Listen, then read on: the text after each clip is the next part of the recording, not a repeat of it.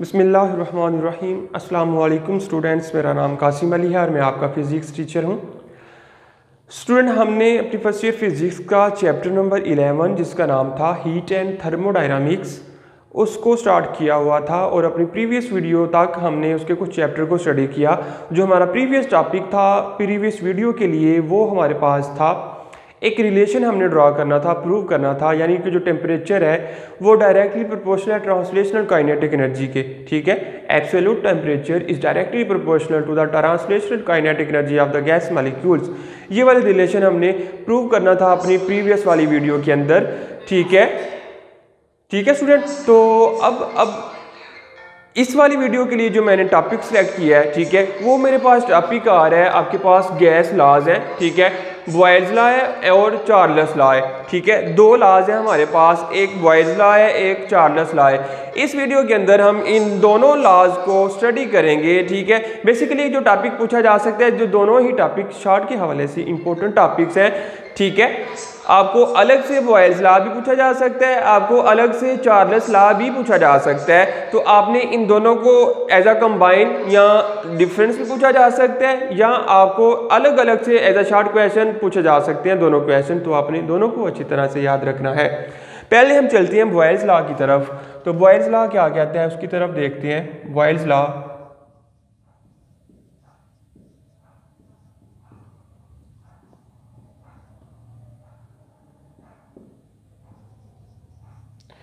Boils law, इसकी statement क्या है?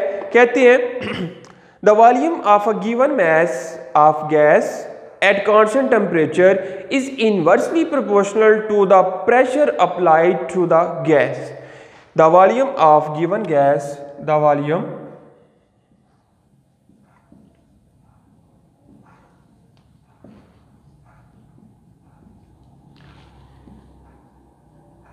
of given gas, the volume of a given mass of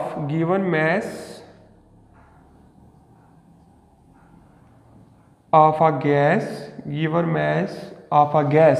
is inverse at constant temperature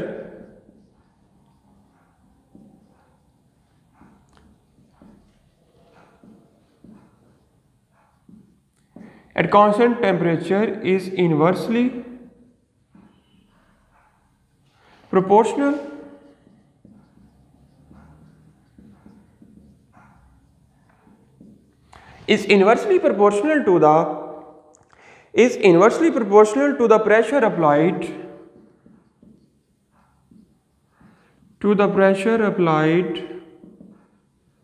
pressure applied to the gas.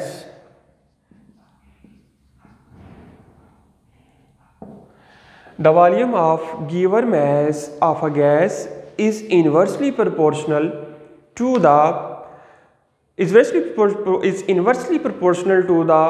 pressure applied to gas। कहते हैं कि जो आपके पास given mess होता है, ठीक है, आपके पास गैस का जो मैस है वो एक कांस्टेंट टेम्परेचर के ऊपर वो इन्वर्सली प्रोपोर्शनल होगा प्रेशर के। ठीक है, फिर से सुने कि आपके पास जो मैस है कांस्टेंट टेम्परेचर के ऊपर, ठीक है, वो इन्वर्सली प्रोपोर्शनल होता है प्रेशर के।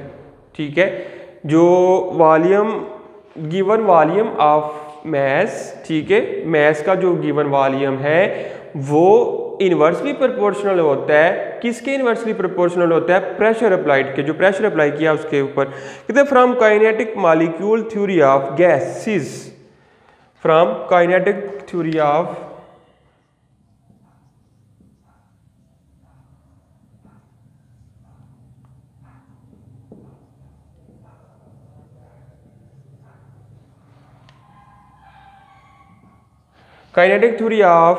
Kinetic molecule theory of gases, P is equal to, हमने ये फार्मूला ड्राइव किया था, पढ़ा था, P is equal to 2/3 into N/V kinetic energy, या 1/2 mv स्क्वायर लिख लें आप। काइनेटिक एनर्जी का फार्मूला 1/2 mv का स्क्वायर। ठीक है, अभी हम डिस्कस कर रहे हैं बॉयल्स लॉ को। फिर कहते हैं हमने अपने प्रीवियस टॉपिक में भी इसको थोड़ा सा वर्किंग की इस फार्मूले के ऊपर, P इधर v इधर डिवाइड था, इधर आके मल्टीप्लाई, इज इक्वल टू 2/3, साथ आ गया n इंटू 1/2 mv का स्क्वायर। ठीक है, ये फार्मूला बन गया आपके पास। जैसा कि स्टूडेंट कहते हैं, since at constant temperature the average kinetic energy of the molecules always remains constant. Eight constant temperature the kinetic energy is always remain constant. ये भी मैं लिख देता हूं, eight constant temperature, eight constant temperature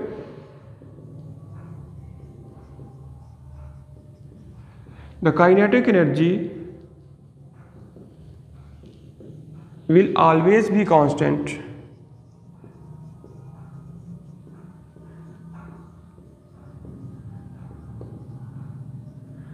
ठीक है, कांस्टेंट टेम्परेचर के ऊपर जो काइनेटिक एनर्जी होती है वो भी स्टूडेंट कांस्टेंट ही होती है। ठीक है, कांस्टेंट टेम्परेचर के ऊपर आपके पास जो काइनेटिक एनर्जी आएगी वो भी कांस्टेंट ही आएगी। ठीक है, फिर कहते हैं इन अबव इक्वेशन, ठीक है, यानी ये दोनों टर्म्स तो कांस्टेंट थी। ठीक है, n/2/3 ये चीज़ें आपके पास क्या थी, कांस्टेंट थी। अब आपने क्या करना है, ये जो काइनेटिक एनर्जी है वो भी हमने कह लिया कांस्टेंट है। ठीक है, तो सारा आंसर इधर वाला क्या हो जाएगा, PV इज इक्वल टू, आपका जो फार्मूला बन जाएगा PV is equal to constant. ठीक है, PV is equal to constant, ये सारी टर्म कांस्टेंट आ रही है, ये भी कांस्टेंट, ये भी कांस्टेंट, तो मतलब सारी की सारी टर्म क्या होगी, कांस्टेंट। अगर आपने प्रेशर इधर से निकालना है, प्रेशर के साथ V क्या हो रहा है, मल्टीप्लाई, दूसरी तरफ जाकर डिवाइड। ठीक है, यानी constant over constant over V। ठीक है, एंड जैसा कि हमने अपनी प्रीवियस टॉपिक में भी ये बात डिस्कस की कि जब हम कांस्टेंट को खत्म करते हैं तो प्रोपोर्शनल आता है, प्रोपोर्शनल को खत्म करते हैं तो कांस्टेंट आता है। इधर भी स्टूडेंट आपके पास प्रोपोर्शनल आ रहा है तो कांस्टेंट आ रहा है, तो कांस्टेंट को अगर आप खत्म करेंगे तो आपके पास क्या आ जाएगा, प्रोपोर्शनल। तो P इक्वल की जगह प्रोपोर्शनल, कांस्टेंट की जगह 1/V आप लिख सकते हैं। तो यही हमने प्रूव करना था कि जो गिवन वॉल्यूम होता है वो अप्लाइड प्रेशर के इनवर्सली प्रोपोर्शनल होता है, प्रूव्ड। ठीक है, and which is charge is Boyle's law, it is the Boyle's law. ठीक है, it is Boyle's law.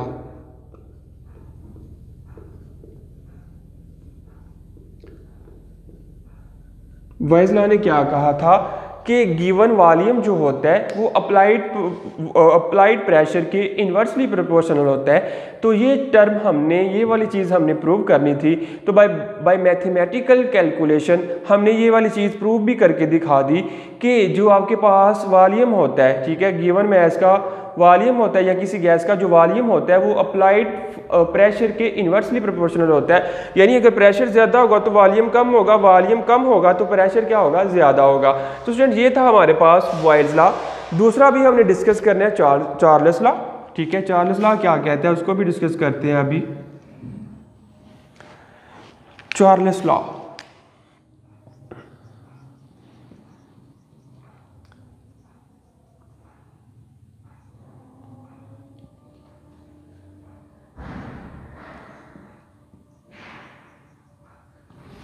Charles law की स्टेटमेंट देखें तो कहते हैं the volume of the given mass of a gas is directly proportional to the absolute temperature when the pressure is kept constant. कहते हैं कि जब प्रेशर कांस्टेंट रखा जाए तो जो वॉल्यूम होता है वो डायरेक्टली प्रोपोर्शनल होता है टेम्परेचर के।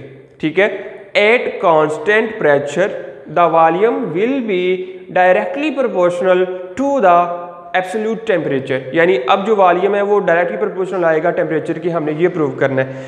कहते हैं the volume of the given mass, the volume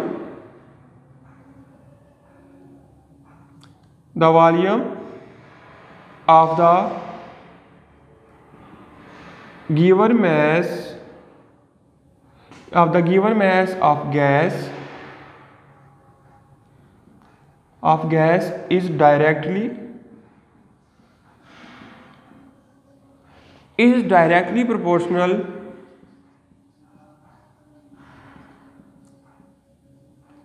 is directly proportional to the absolute temperature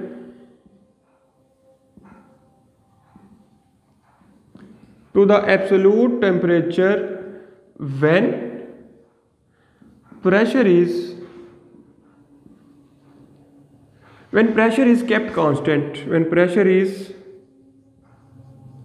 kept constant, कि जब आप प्रेशर को कांस्टेंट रखेंगे तो जो गिवन वॉल्यूम होगा वो एब्सोल्यूट टेम्परेचर के डायरेक्टली प्रोपोर्शनल होगा। हमने यही प्रूव करना है अपने इस टॉपिक के अंदर। ठीक है स्टूडेंट्स, अब देखें फिर से अगेन दोबारा ये वाला फार्मूला हमने यूज करना है। P is equal to 2/3, P is equal to 2/3 into N/V, साथ आ जाएगा 1/2 mv का स्क्वायर। साथ क्या आ रहा है? mv का स्क्वायर। ठीक है, अब स्टूडेंट देखें, हमने कहा वॉल्यूम हमारे पास कांस्टेंट नहीं है, लेकिन जो P है वो कांस्टेंट है बाय डेफिनेशन या अकॉर्डिंग टू डेफिनेशन। वो कह रहे हैं कि जो प्रेशर है हमने इस केस में चार्ल्स लॉ के केस में जो प्रेशर होता है वो कांस्टेंट होता है, तो वॉल्यूम कांस्टेंट नहीं है, तो हम इन दोनों को इंटरचेंज कर लेंगे कि V इज इक्वल टू 2/3, साथ क्या आ जाएगा आपके पास? N/P, साथ आ जाएगा 1/2 mv का स्क्वायर। साथ क्या आ रहा है? mv का स्क्वायर। अब स्टूडेंट देखें, कह रहे हैं 2/3n is also constant. 2/3n is also constant, कि 2/3n इज कांस्टेंट, लेकिन इस केस में जो आपके पास P आ रहा है 1/P वो भी कांस्टेंट था। ठीक है, तो आप कह सकते हैं V directly proportional to 1/2 mv square. तो mv स्क्वायर हमने जैसे कि अपनी लास्ट वाले टॉपिक में प्रूव किया था। चलिए मैं लिख के बताता हूँ। कहती है 2/3 into n is a constant,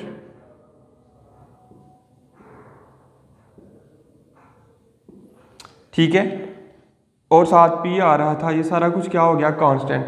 अब इन सब की जगह आप क्या लिखेंगे? Constant. V is equal to constant into kinetic energy 1/2 mv का स्क्वायर। ठीक है, अब क्या करना है हमने, अगर आपको याद हो हमने अपने प्रीवियस वीडियो में जो एक रिलेशन प्रूव किया था, वो रिलेशन था आपके पास T directly proportional to kinetic energy या 1/2 mv का स्क्वायर। ठीक है, इस फार्मूले में देखें कि जो T है वो इसके T जो है वो इसके बराबर आ रहा है, यानी इसके डायरेक्टली प्रोपोर्शनल आ रहा है, तो हम कह सकते हैं कि ये T जो है वो इसकी जगह ले सकता है और ये T की जगह ले सकता है। अब हमने इसकी जगह इस फार्मूले में T पुट कर देना है, तो आपके पास फार्मूला बनेगा V is equal to constant, साथ आपके पास आ जाएगा टेम्परेचर। तो कांस्टेंट को खत्म करें तो प्रोपोर्शनल का sign, V directly proportional to, साथ आ जाएगा T। और ये चीज़ हमने प्रूव करनी थी। ठीक है, प्रूव करनी थी कि जो गिवन टेम्परेचर होता है at constant pressure will be directly proportional to the absolute temperature. तो ये कहलाता है, ठीक है, प्रूव हो गया, proved, and it is a Charles law. It is a Charles law. और ये क्या चीज़ है? चार्ल्स लॉ है। ठीक है, चार्ल्स भी पढ़ सकती हैं, चार्ल्स भी पढ़ते हैं इसको। अब ठीक है, जैसा आप आसानी से निकालना चाहें आप इसको निकाल सकते हैं। तो ये स्टूडेंट हमारे पास टॉपिक था, इंपॉर्टेंट है शॉर्ट के हवाले से भी और लॉन्ग के हवाले से भी, कि दोनों क्वेश्चन आपको एक साथ भी पूछे जा सकते हैं यानी लेकिन जो मोस्टली चीज़ें पूछी जाती हैं वो सेपरेटली पूछी जाती हैं। अलग अलग से आपसे पूछा जा सकता है बॉयल्स लॉ क्या है, अलग से पूछा जा सकता है चार्ल्स लॉ क्या है। ठीक है, तो ये दोनों आपने अच्छी तरह से इनको तैयार करना है। मैंने तो बोर्ड पर करवा दिए और मुझे उम्मीद भी है कि आपको इनकी अच्छी तरह से समझ भी आई होगी, क्योंकि सिंपल थे, दोनों एक ही फार्मूले से चलते हैं, सिर्फ इसकी स्टेटमेंट में फ़र्क आ रहा है। इधर जो स्टेटमेंट है वो मैथ जो है, ठीक है, वो इन्वर्सली प्रोपोर्शनल था गिवन वॉल्यूम के। ठीक है, जो प्रेशर जो वॉल्यूम था वो इन्वर्सली प्रोपोर्शनल था अप्लाइड प्रेशर के। लेकिन दूसरे केस में क्या हुआ कि जो वॉल्यूम था वो डायरेक्टली प्रोपोर्शनल था किसके, टेम्परेचर के, लेकिन जो प्रेशर कांस्टेंट हो। इधर काइनेटिक एनर्जी कांस्टेंट थी, ठीक है, इधर टेम्परेचर कांस्टेंट था, उधर प्रेशर कांस्टेंट है। ये दोनों में फ़र्क आ रहा है, एक में टेम्परेचर कांस्टेंट, एक में प्रेशर कांस्टेंट। जब टेम्परेचर कांस्टेंट होगा तो जो वॉल्यूम है वो प्रेशर के इन्वर्सली प्रोपोर्शनल होगा। जब प्रेशर कांस्टेंट होगा, जो वॉल्यूम है वो टेम्परेचर के डायरेक्टली प्रोपोर्शनल होगा। ये सारी बातें भी आपने ज़हन-नशीन करनी है। तो बिल्कुल सिंपल सा क्वेश्चन था स्टूडेंट। मिलते हैं हम फिर अपनी नेक्स्ट वीडियो में अपने नेक्स्ट टॉपिक के साथ। तब तक के लिए मुझे इजाज़त दीजिएगा। अल्लाह हाफिज़। वीडियो पसंद आई तो लाइक करें, अपनी राय कमेंट करें। ऐसे ही मजीद वीडियोस के लिए हमारा चैनल सब्सक्राइब करें और बेल का आइकन दबाएं ताकि आपको हर वीडियो का नोटिफिकेशन मिलता रहे।